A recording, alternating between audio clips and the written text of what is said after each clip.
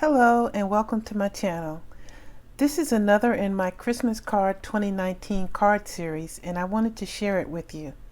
This card is a very simple card, but I'm using a very easy technique using the Distress Oxide inks and water. Let me show you the stamps that I used to create this card. I have an angel stamp, a large block stamp called Peace on Earth, and another large block stamp which is a flourish background. I usually keep my large block stamps in a big container, and I just number them so I don't keep track of whose company it comes from, but that you didn't need to know that part. So let me move this and show you how to create this card using this technique.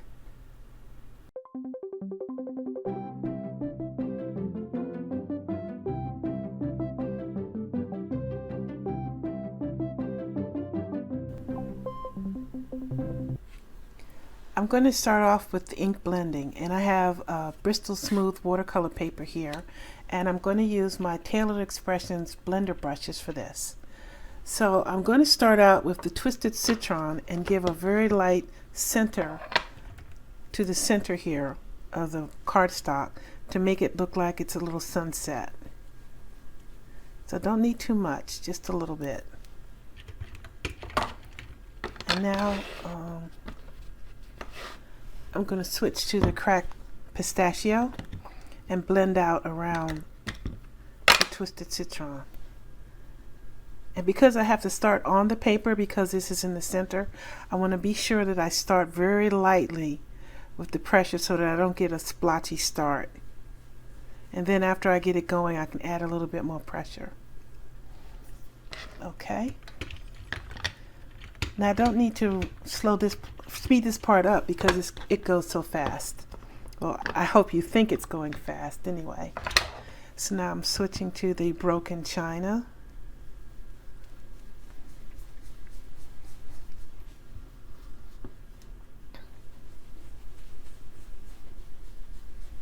And the Distress Oxide inks, they blend really smoothly on the paper, and especially on the watercolor paper. So the color just slides right on. And now I'm going to switch to the Faded Jeans. You could use other colors for this, but I liked the way that these blended together.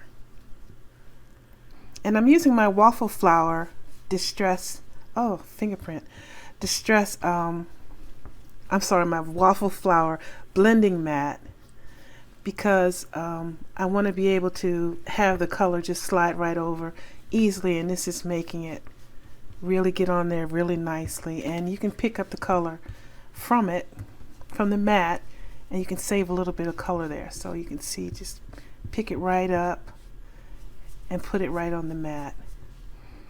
And I'm really happy with these fingerprints, but I can't seem to get them off. Arg. Okay, a little bit of DNA. Make sure I don't do anything wrong. Okay, so this is as much as I want. Now I'm going to take this, and this is the technique. I'm going to take the flourish stamp, and I'm going to lightly spray it with water. Just very lightly. And now that I have that, I'm going to take it and press it right into the blended background. Careful not to move it.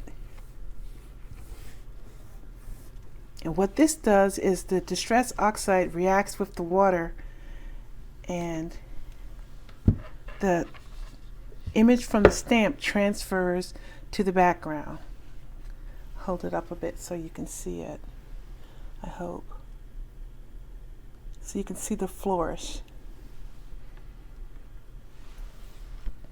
Now I'm going to let this dry a little bit. I might take my heat tool and speed it up.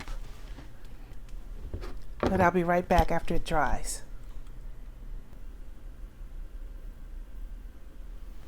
Now here is the dried piece, and you can see the flourish is transferred to the background. And I wanted to show you again, if you didn't have a stamp like this that you wanted to use, I have another blended background, and you can also just spatter water directly on it, lightly, and then just blot. I need a paper towel for that.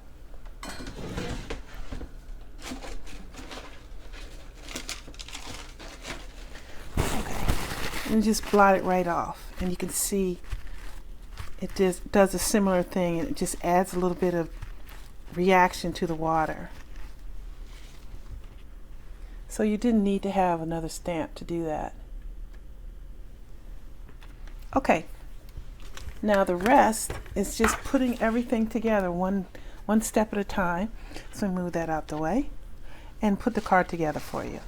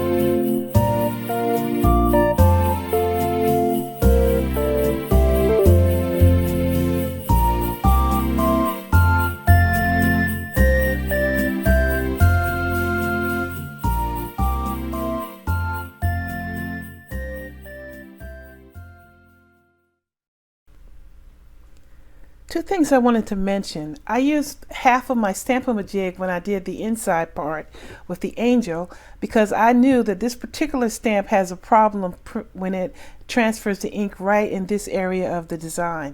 So in order to prevent that happening, I used my Stamp-O-Majig so that I could know exactly where I was placing the stamp and hold that position, and then re-ink the stamp and stamp it a second time. You can always do that if you have any kind of stamp that gives you an issue getting a good impression the first time. Also, if you use a stamp pad, the stamp foam, let me show you that real quick.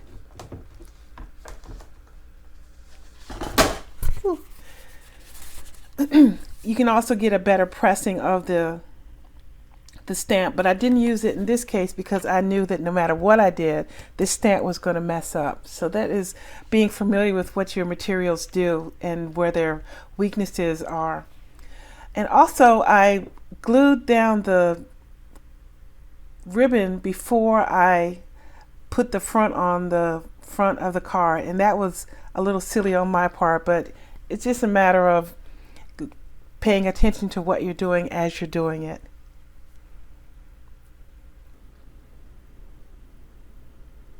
And that is the finished card. It really is a very simple design, and I hope that you will try it yourself.